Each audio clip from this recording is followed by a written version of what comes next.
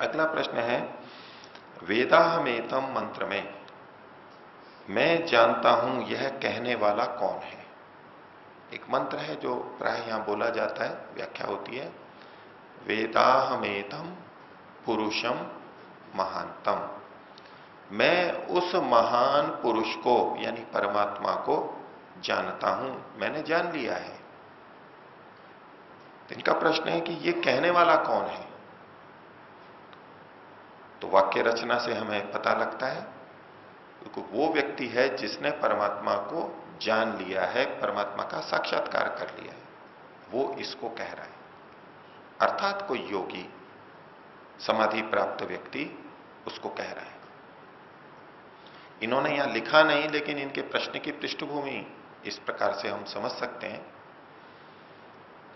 इनके मन में चल रहा होगा कि वेद तो ईश्वर ने बनाए हैं, दिए हैं।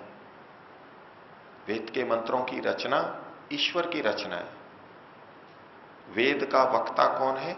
ईश्वर है, परमात्मा है। तो ये वाक्य कैसे आ गया? अब परमात्मा स्वयं अपने लिए ये थोड़ा ना कहेगा कि मैं उस परम पुरुष को जानता हूं।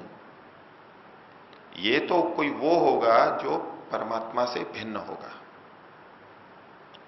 और यदि इस वाक्य को कहने वाला परमात्मा से भिन्न है तो वो बात खंडित हो जाएगी कि वेद ईश्वर की रचना है।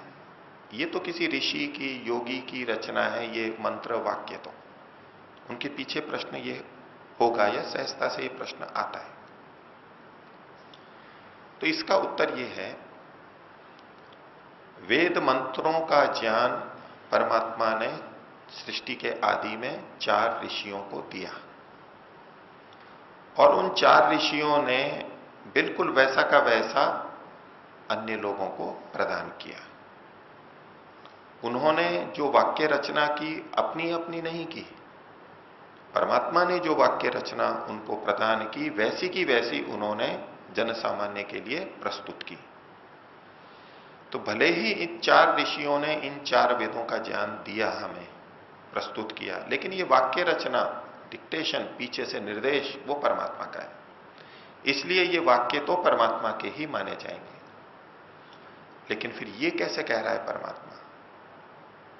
तो इसका उत्तर है कि परमात्मा ने जो वाक्य रचनाएं की हैं वेद मंत्रों में, वो अपनी तरफ से, अपने द्वारा मैं कह रहा हूं इस रूप में नहीं किए हैं सब जगह। कहीं परमात्मा अपनी तरफ से वाक्य रचना करता है, कहीं योगी के मुख से जो वाक्य बोला जाना चाहिए उसको प्रस्तुत करता है, कहीं राजा के मुख से जो वाक्य बुलवाना चाहिए वो प्रस्तुत करता है। इसको ऐसे समझें कि एक नाटक है।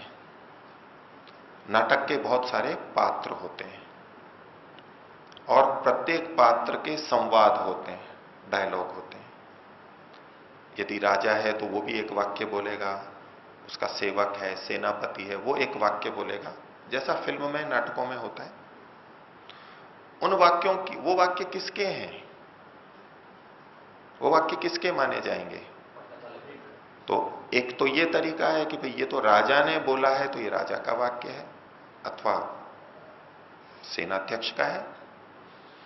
और एक दूसरा है कि पटकथा लेखक या कहानीकार, नाटककार जिसने उसको लिखा है उसकी वो वाक्य रचना है।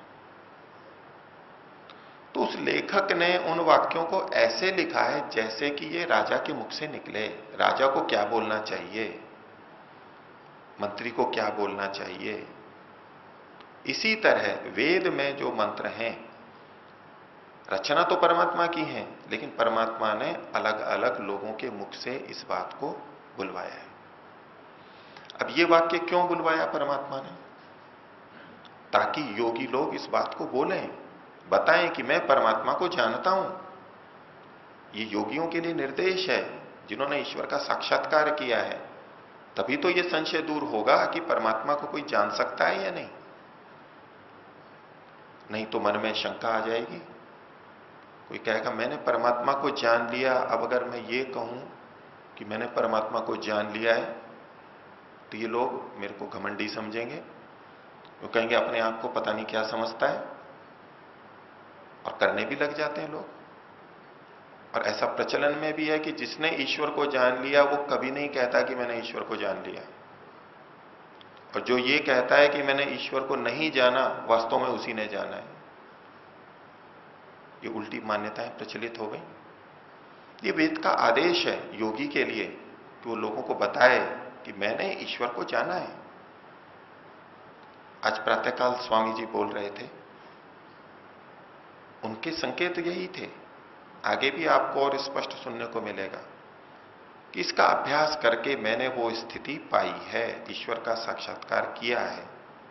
पुराने शिविरार्थी हैं, वो जानते हैं, स्वामी जी इस बात को स्पष्ट बोलते हैं। तो ये वेद का आदेश है कि जिन्होंने जाना है वो दूसरों को बताएं।